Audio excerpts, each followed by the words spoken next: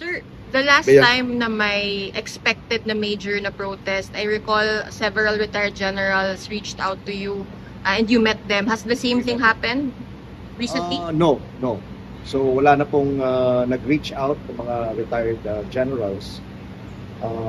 So What do you make, sir, of yung continued noise, agitation ba ang tawag doon, na of these retired officers calling for whatever here and there? oo. Well, yun nga, sabi nga ni SND kanina, these are just all noise.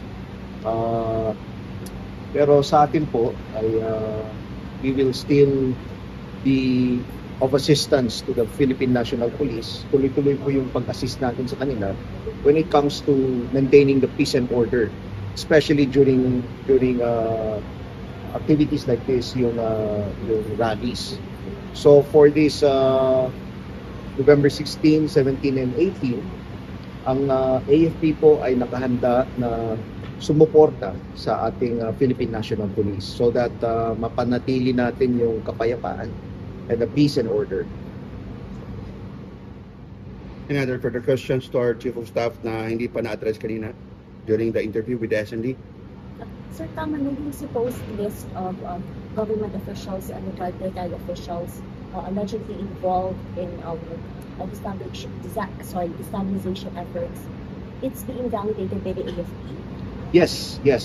So katulad nga po ng nabanggit ni Yusek Mayor is that the AFP, is particularly the intelligence community, is looking into this because we take this seriously.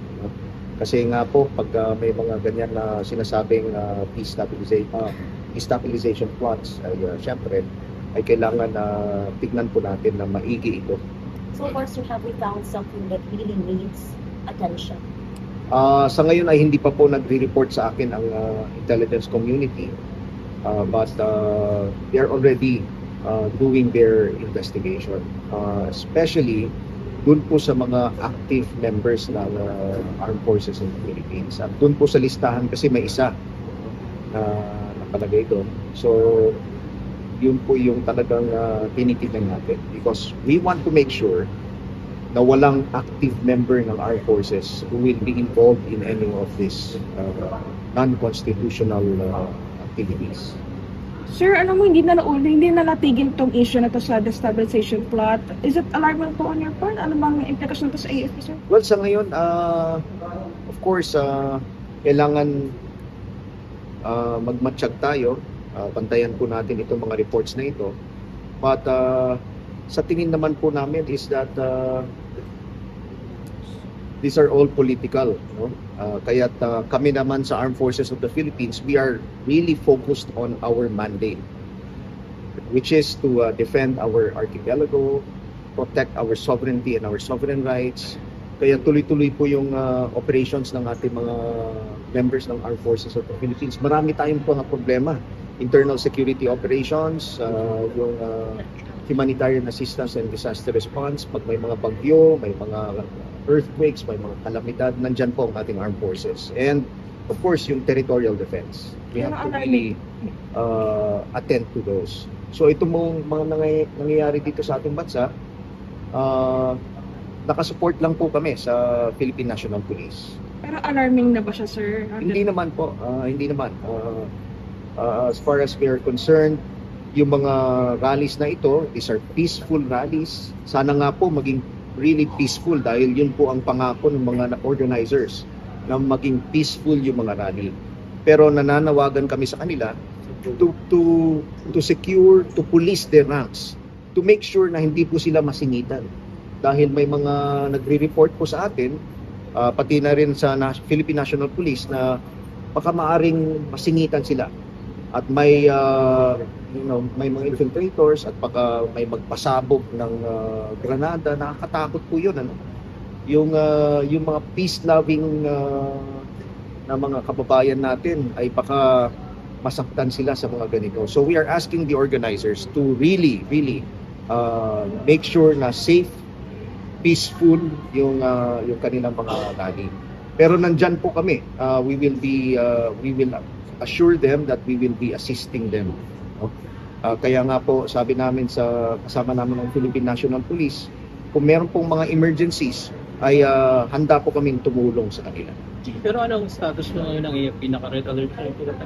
Hindi po tayo naka-red alert ngayon as of now. Sir, I'm sure nakakausap nyo naman senior, junior officers, enlisted personnel. How are they taking all this noise na kuno, destabilization plots, parang seemingly agitating the armed forces? I'm very happy to report that yung pong ating mga miyembro ng Armed Forces of the Philippines are very professional. Kaya kahit na po may mga ganitong nangyayari sa ating lipunan, we are aware of what is happening, but of course, we remain professional. So disiplinado po yung ating mga sundalo. Kaya itong mga nananawagan po na sumama yung mga sundalo sa mga rallies o kaya sa mga panawagan nila ng kudeta,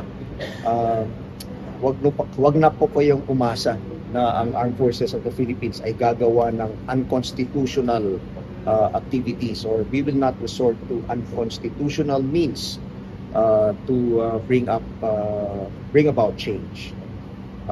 We will stick to the rule of law at hindi po tayo lalabag dito.